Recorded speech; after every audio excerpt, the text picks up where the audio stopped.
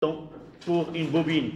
Et par la suite, la plupart des bobines, ils ont une résistance qui est très faible pour faire apparaître cet effet qui est inductif et ce grandeur physique qu'on appelle l'inductance ou le coefficient d'auto-inductance L qui est le plus important.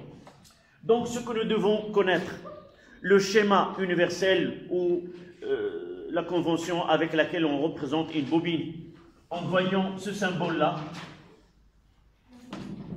ça signifie une bobine, quelle que soit la langue avec laquelle on l'étudie. Généralement, soit qu'on note L, si la résistance elle est négligeable, soit d'une façon générale qu'on la note de cette façon-là. Aussi, il faut connaître la convention récepteur. Si le sens conventionnel du courant est de ce côté-là, donc la tension UB, donc il faut voir qu'on utilise UB est égal à RI plus LDI sur D. Et là, on présente les deux aspects de cette bobine. L'aspect comme un dipôle ohmique de résistance petit r et le plus important, cet aspect inductif ou l'auto-induction que présente la bobine. Généralement, on utilise la notation UL lorsque la résistance est négligeable. On la note c'est LDI sur D. À savoir aussi que cet effet d'induction n'est observable ou détectable ou que si il y a une variation du courant électrique, c'est-à-dire uniquement se présente dans le régime transitoire. Mais dans le régime permanent, on aura uniquement la bobine se comportera comme un dipôle ohmique de résistance petit r. D'accord? On va voir par la suite le rôle de ce dipôle RL comme RC. Ce sont ce qu'on appelle des filtres.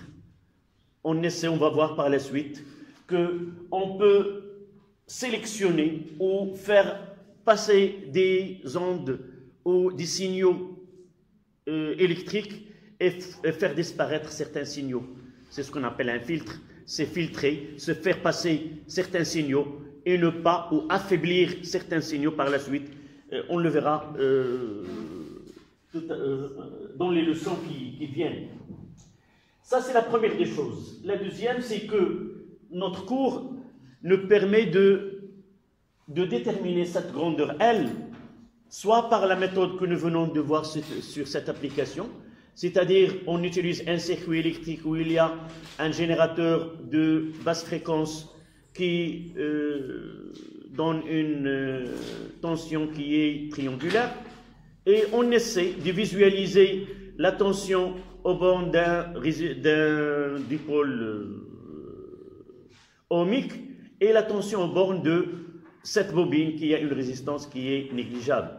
Et nous avons schématisé cette visualisation de courbes, une qui est triangulaire et l'autre qui est en créneau, c'est-à-dire rectangulaire.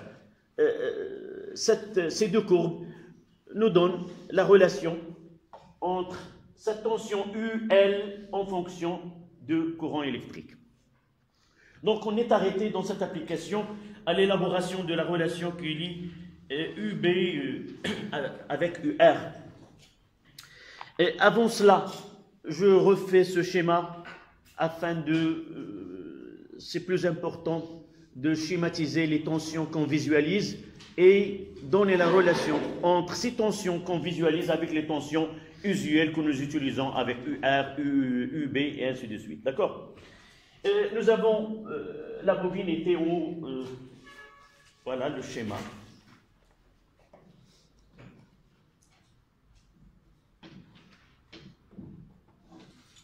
Là, c'était le GBF.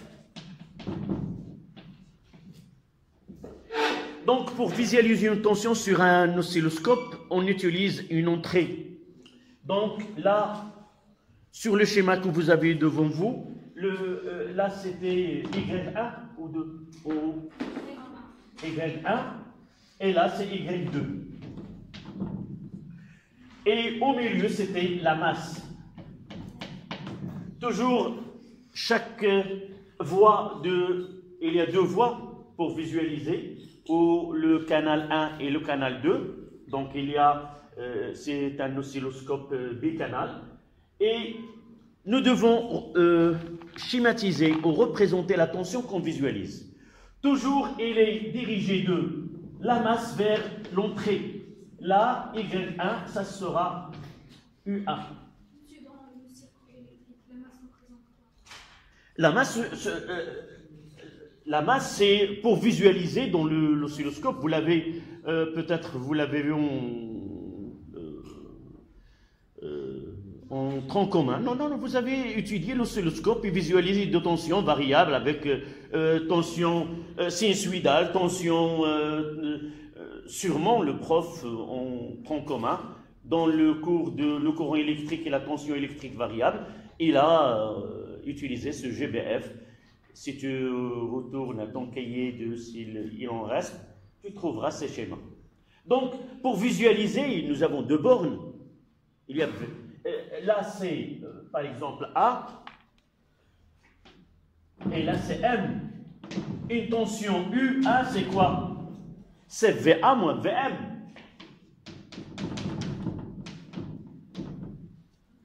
Donc, nous devons avoir deux bornes. Donc, pour visualiser. Mais pour le générateur, il y a une masse et la voie.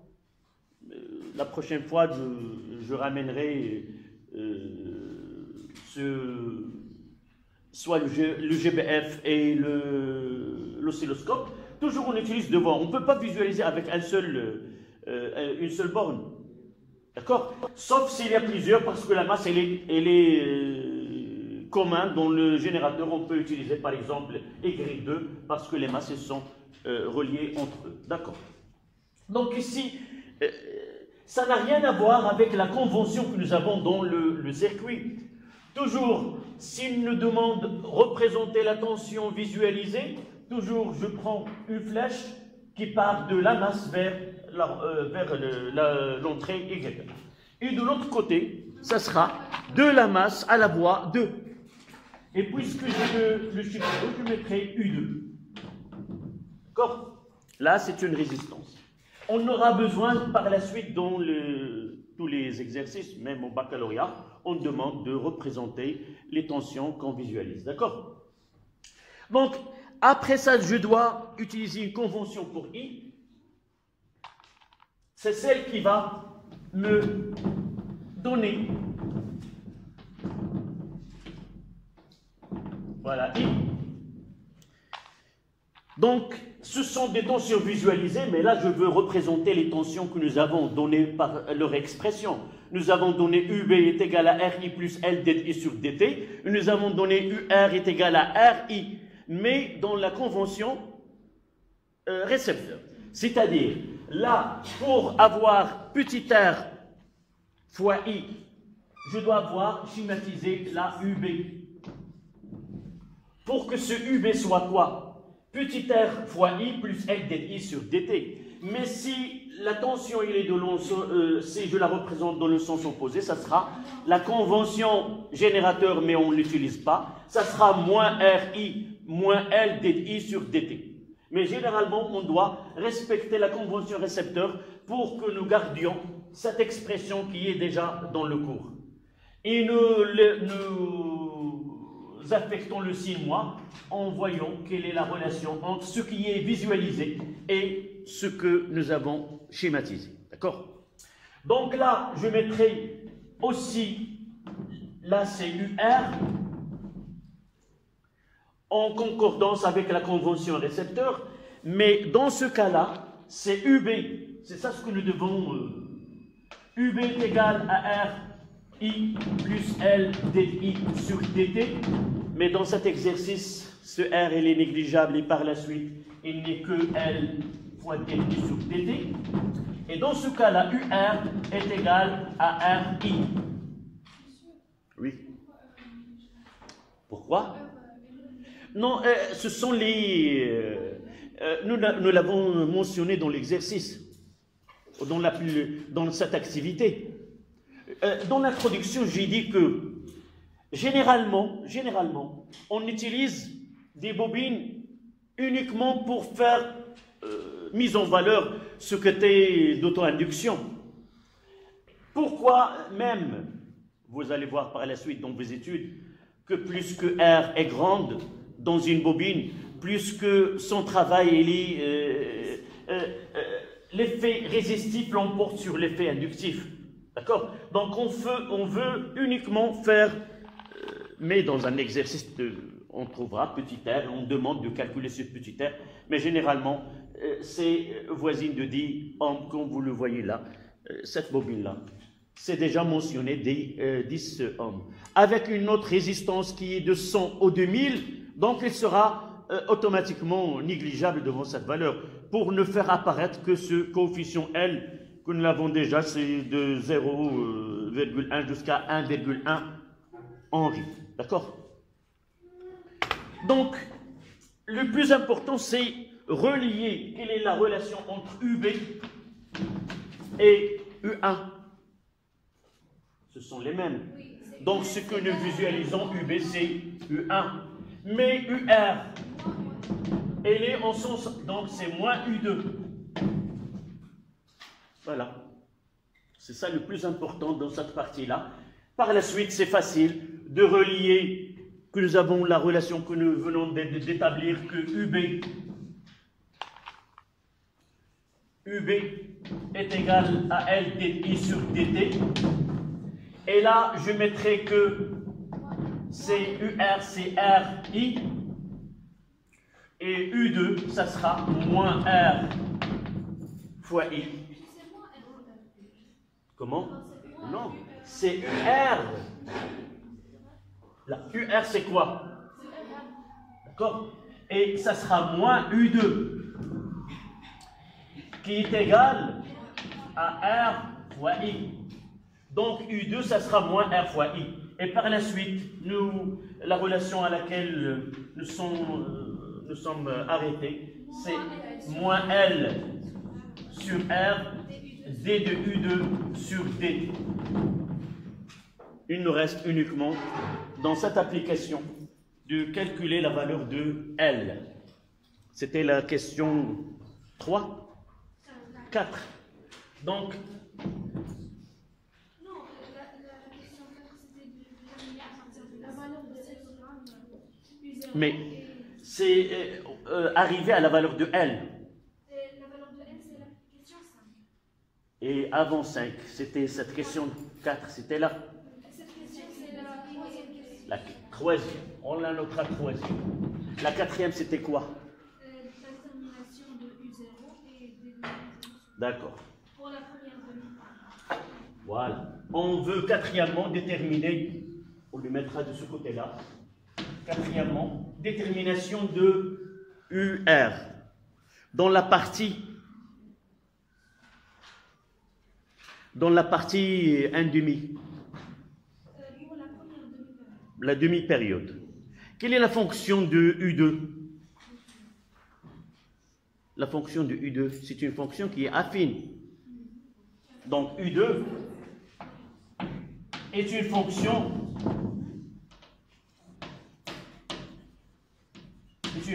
affine. L'expression U2 est égale à AT plus B. D'accord? Non, on détermine U2. Puis on détermine dI sur dt. Donc, le coefficient A, on le calcule à partir de la pente. On prendra 2 points. Ce A. Je prendrai le point qui a une valeur maximale de combien? 1, 2, 3.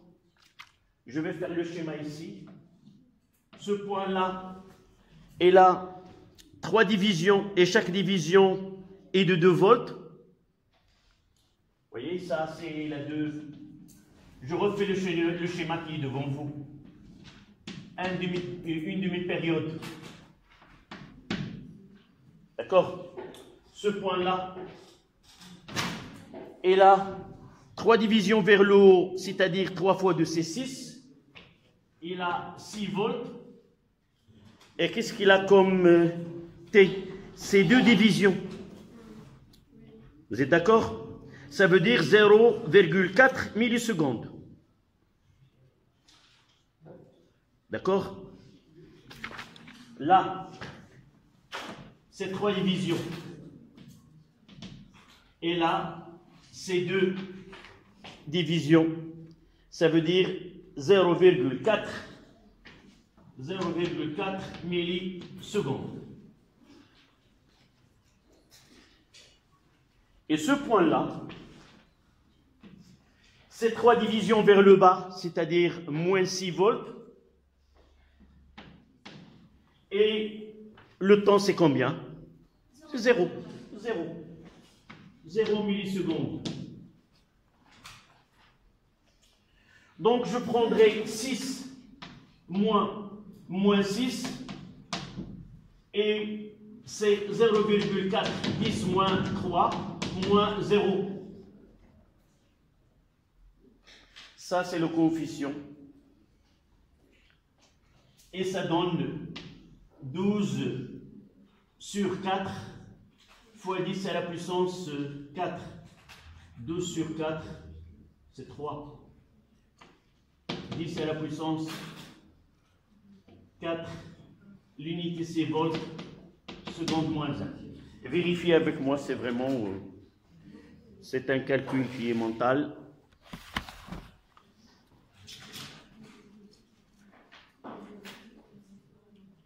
D'accord, mademoiselle?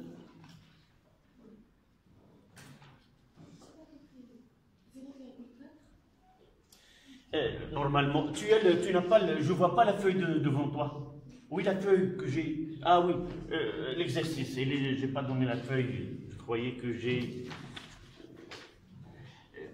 Ce point-là, sur l'axe des tensions, tu fais la projection, tu trouves 3 divisions. La sensibilité verticale, c'est 2 volts. Ça veut dire 2, 4, 6. Donc, les coordonnées de ce point, c'est 6 volts. Je descends vers l'axe des temps. Et je vois combien de divisions? 2. Et chaque division dont les données, c'est 0,2 millisecondes. Donc, ça donne 0,4. D'accord? De la même façon, j'ai déterminé les coordonnées de ce point.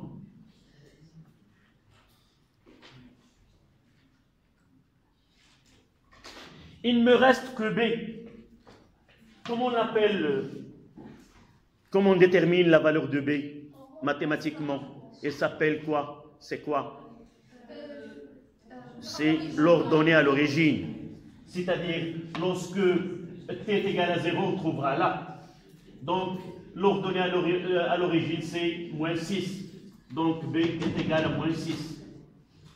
Et je noterai là B.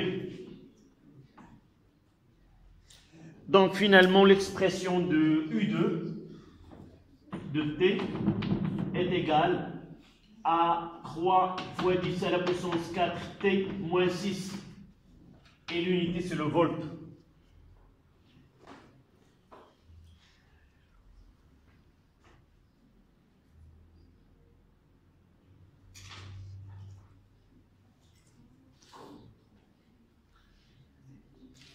Et par la suite, D de U2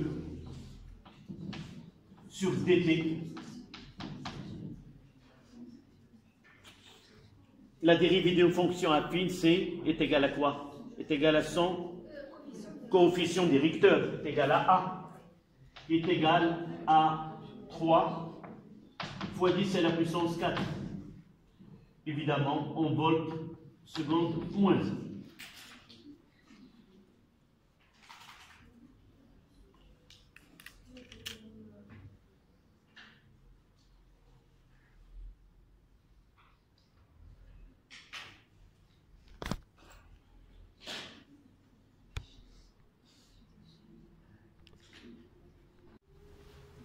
Oui. Oui, non, il ne donne que des divisions. Mais la sensibilité horizontale ou le balayage, il est donné par, nous avons écrit SH 0,2 millisecondes division moins 1. Il faut lire la sensibilité ou le balayage. C'est lui qui détermine l'unité. Donc j'ai dit sur ce graphe, on constate que UB, qui est U2, elle est constante. c'est une division vers le bas. Deux divisions vers le bas. Ça veut dire combien? Ah, pardon, une seule division. Moins 2 volts. Donc, c'est moins 2 volts.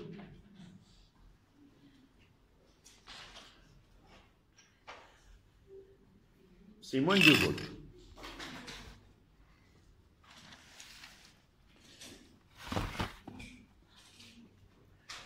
Donc maintenant, on essaie de...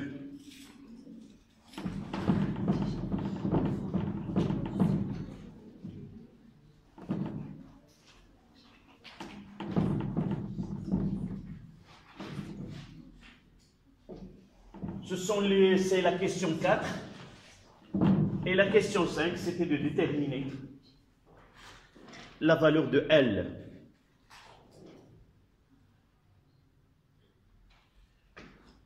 À partir de la relation que nous avons utilisée, c'est UB est égal moins L sur R D de U2 sur dt. Et là, on fait dégager L qui est égal à moins UB sur R, le tout divisé par A. Nous l'avons déjà donné petit a, avec petit a est égal à d de U2 sur dt. Donc, application numérique. L est égal à moins avec le moins 2. Sur R a été donné, c'est 1,5 kilo-ohm, c'est-à-dire 1,5 10 à la puissance 3.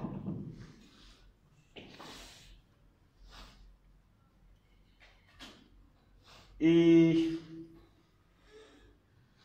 non, là vous n'avez pas bien, vous m'avez pas bien suivi là. C'est UB fois R.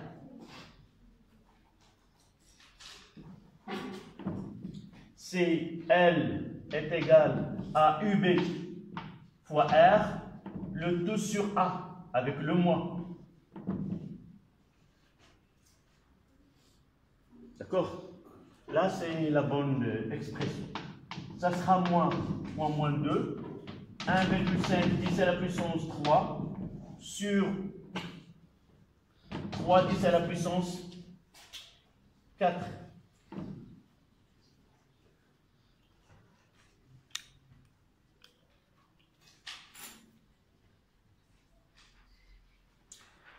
Et ça donne combien? Le moins avec le moins, c'est 3 sur 3, c'est 1.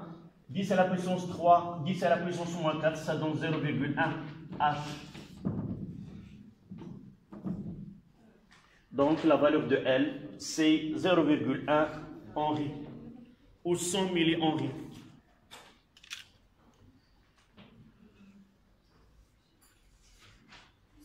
Oui.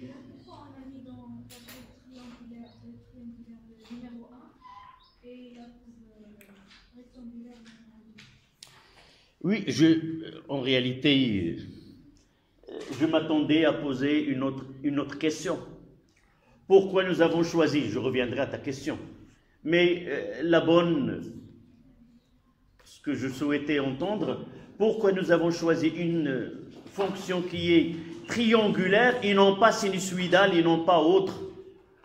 C'est la première des choses. Donc, la relation mathématique qu'on veut mettre en évidence ici, c'est quoi? Quelle est la fonction que nous avons utilisée? C'est une dérivée. Mais la dérivée de certaines fonctions ne donne pas nous donne pas une connaissance sur la fonction qu'on vient de dériver. Si on dérive une fonction sinus, ça donne un cosinus. Donc ce sont des fonctions sinusoïdales. Donc je ne peux pas connaître vraiment quelle est la nature de cette dérivée. Mais une fois que j'utilise une fonction qui est affine, sa dérivée elle est connue. la dérivée d'une fonction qui est affine est une constante. Et c'est pour cela, dans cette demi-période, nous avons une fonction affine et nous sommes sûrs que la dérivée d'une fonction affine, c'était une constante. C'est A, c'est une constante. Mais si nous utilisons une fonction, au lieu, le GBF nous donne une fonction sinusoïdale, même la dérivée est une fonction. Donc, nous n'aurons pas une certitude sur l'aspect de cette fonction qu'on utilise. Mais nous voulons, même l'exponentielle, si on fait la dérivée de l'exponentielle, c'est de l'exponentielle. D'accord? C'est ça la sagesse d'utiliser cette méthode-là. Mais on aura par la suite, tout à l'heure, comment déterminer L par une méthode qui est très simple. Celle-là, ça nécessite un bagage mathématique qui est, au cours duquel on peut se tromper. Par la suite, on utilisera soumettre ce dipôle RL à un échelon de tension et on reviendra à l'étude que nous avons fait avec RC. On a un régime qui est transitoire, un régime qui est permanent. On a une tangente à l'origine et l'intersection entre l'asymptote et cette tangente nous définit taux.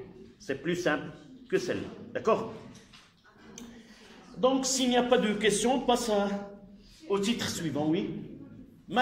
Ta question, rappelle-moi, même si j'ai dit je reviendrai à ta question.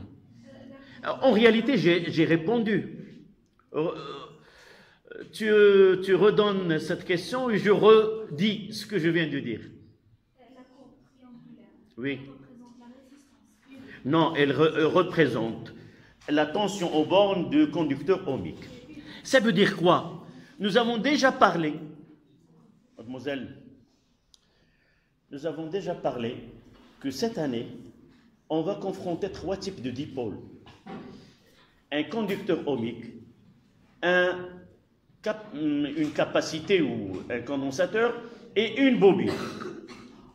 J'ai dit dans un cours précédent que avant d'avoir des techniques ou des logiciels actuels, nous avons avant des difficultés à visualiser l'intensité de courant dans un circuit.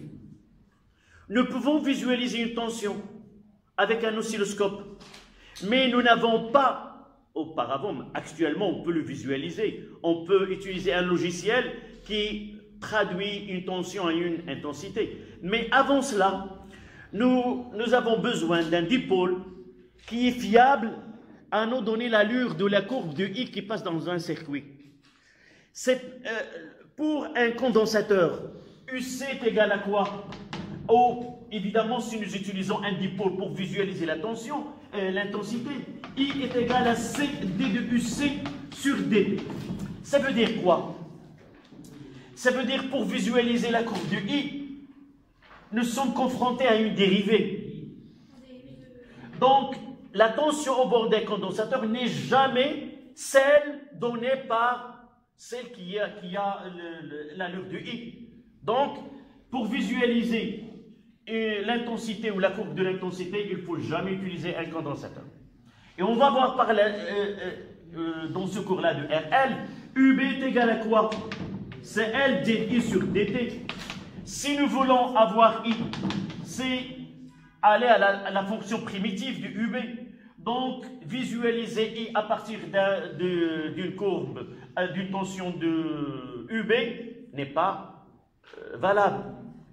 Revenons maintenant à notre conducteur ohmique qui est U est égal à RI. R est une constante.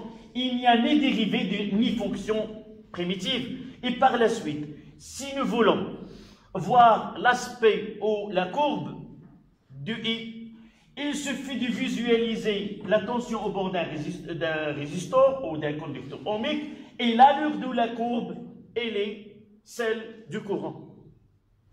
Pourquoi? Parce que lorsque je dis la dérivée, voilà le courant I. Donc la dérivée, c'est une constante. Et vraiment, on vérifie bien qu'il y ait cette relation de dérivée entre la tension UB et I. Ce programme-là a été, je l'ai étudié dans les années 90 avec vos camarades. Non, ils sont grands.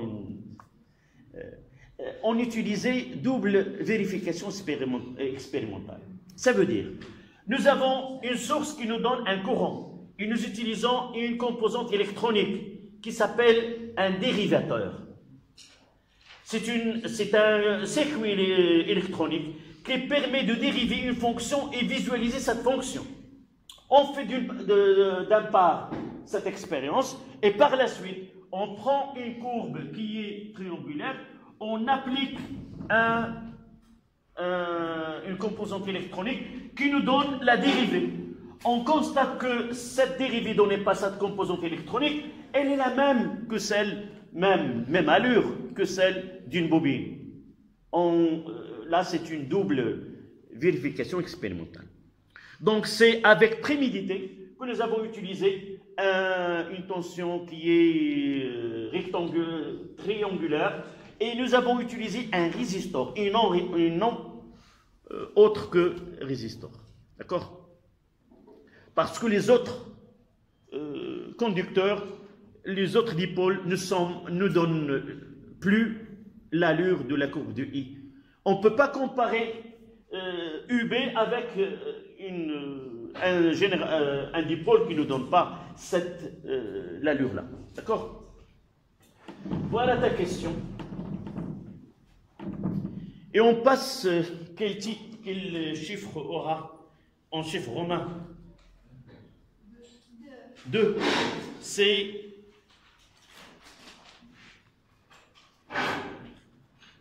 le titre, ça sera réponse d'un dipôle RL de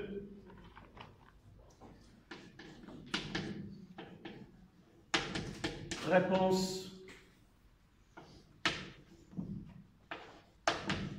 d'un dipôle RL à un échelon de tension.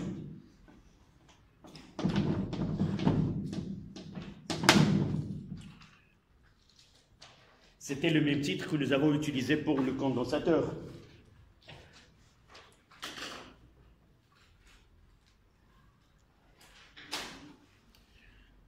On peut remplacer ce titre par un autre titre qui est plus simple, plus familier à ce que nous avons fait avant.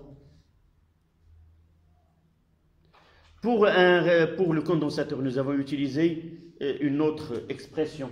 C'est quoi?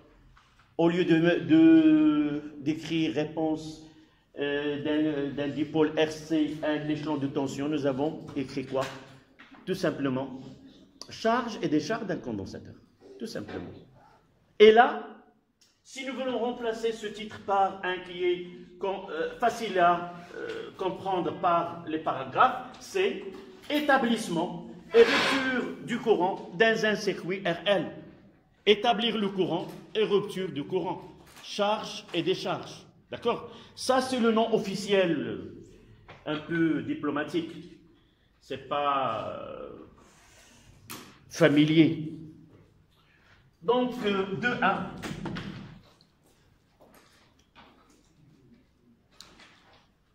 On va donner ce titre qui est plus simple. Ça sera quoi? Établissement.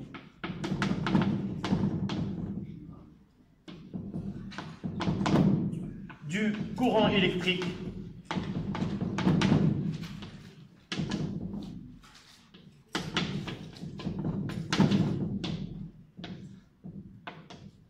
dans un circuit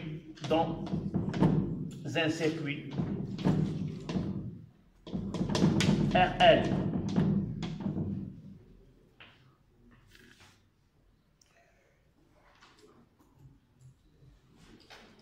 On va essayer de le traiter comme un exercice.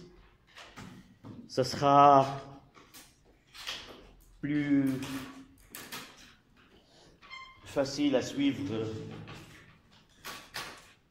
et vous allez participer à l'élaboration de ce paragraphe.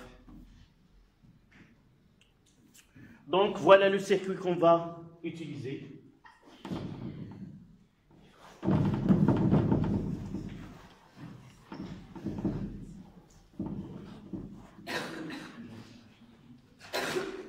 Donc, le circuit, un générateur idéal de tension, E, un interrupteur K,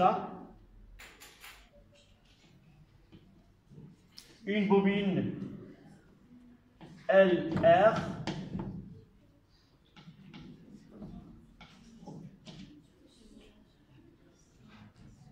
un résistor de résistance R, là, une masse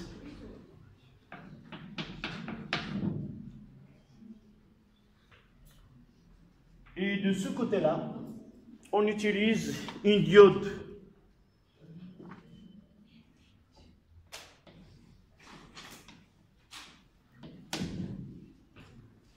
Une diode idéale.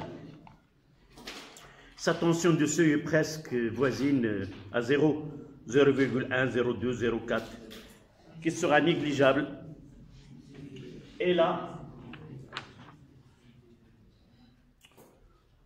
on mettra la voie Y. Nous utilisons qu'une seule voie. Donc, ce n'est pas la peine de mettre Y1.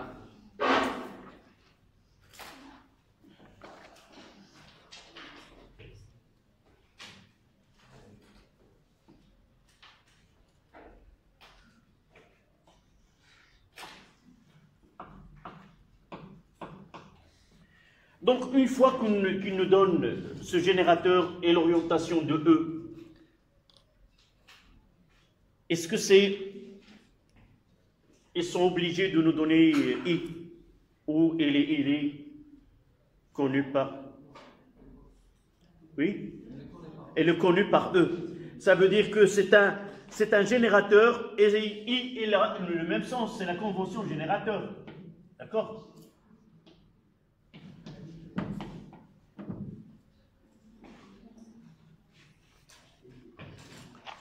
Les données. L est égale à 0,2 Henri. R, c'est 90 ohms.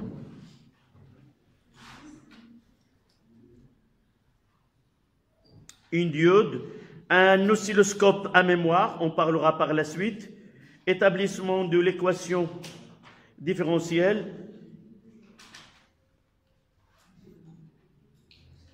Donc, à t est égal à 0.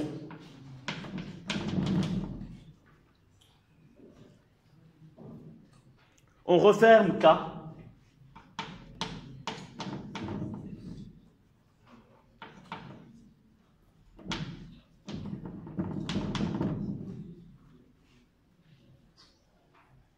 L'interrupteur K.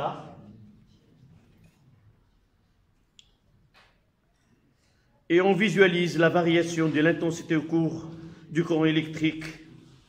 Et on visualise la variation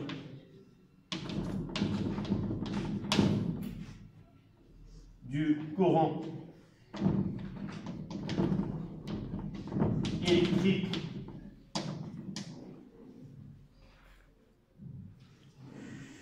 Donc, vous pouvez prendre la récréation. Pendant ce temps-là, je finirai l'énoncé et on reprendra par la suite.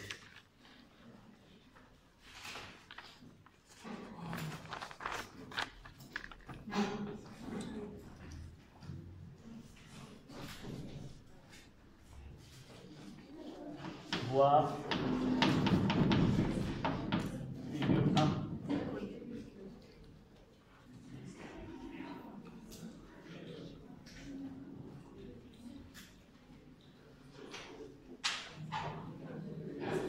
Premièrement,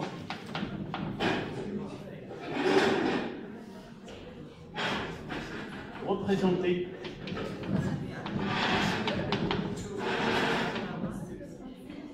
sur le schéma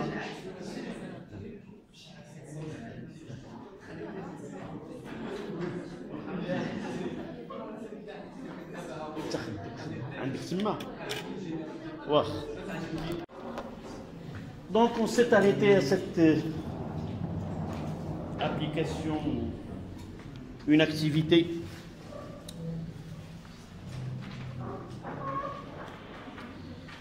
donc représentée sur le schéma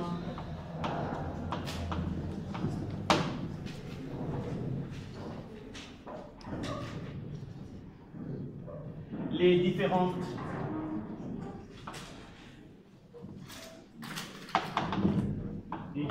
tensions, évidemment en convention récepteur. Jamais il ne demande de représenter les tensions aux bornes des dipôles en convention générateur. Tout simplement UB et UR.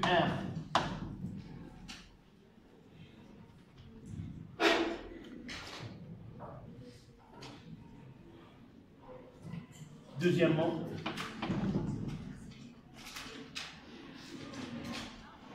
nommer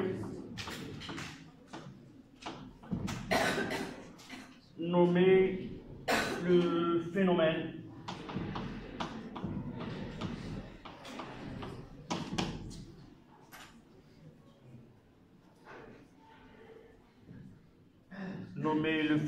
puis indiquer le régime transitoire et le régime permanent. Puis indiquer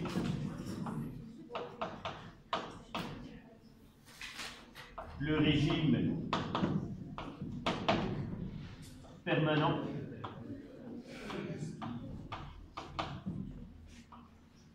et le régime transitoire.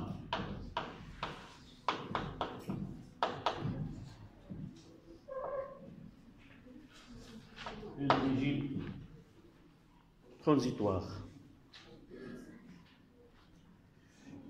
Sur la courbe.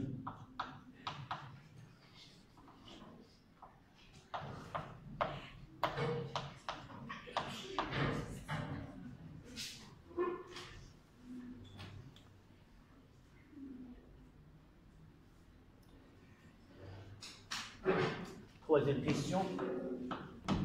En appliquant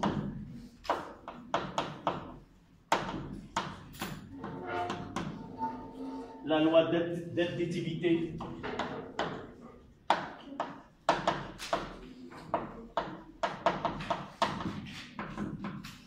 des tensions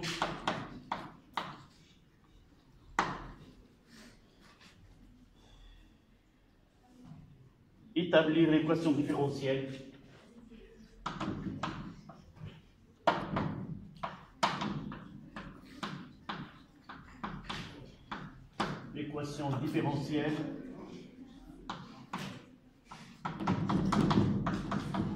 que vérifie I de T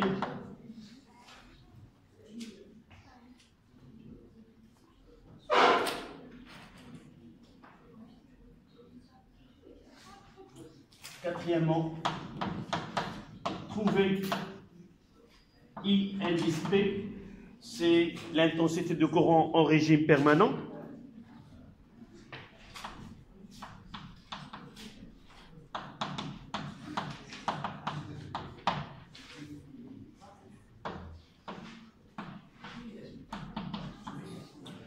En régime permanent.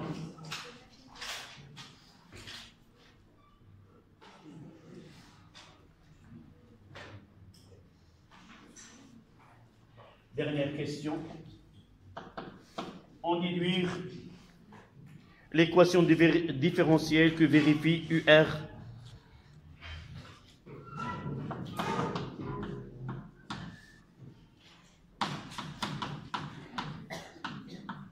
l'équation différentielle que vérifie UR de T.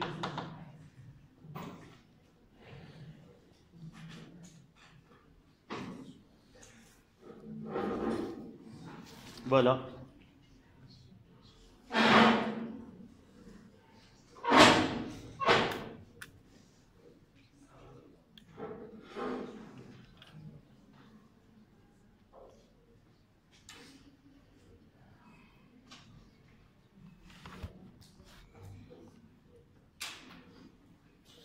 Oui.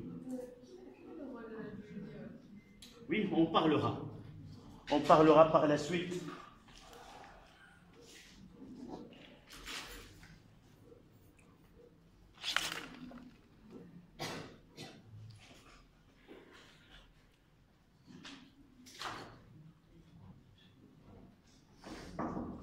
Oui.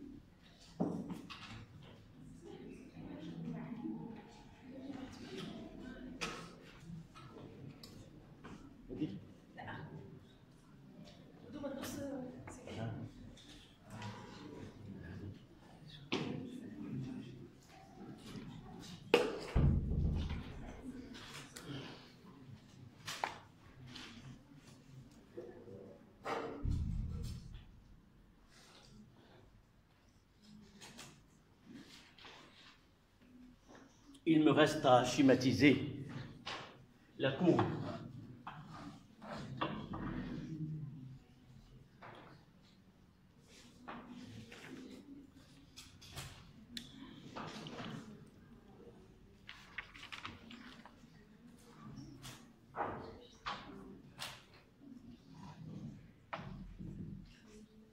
Là, c'est le temps en millisecondes. Là, c'est I en milliampères.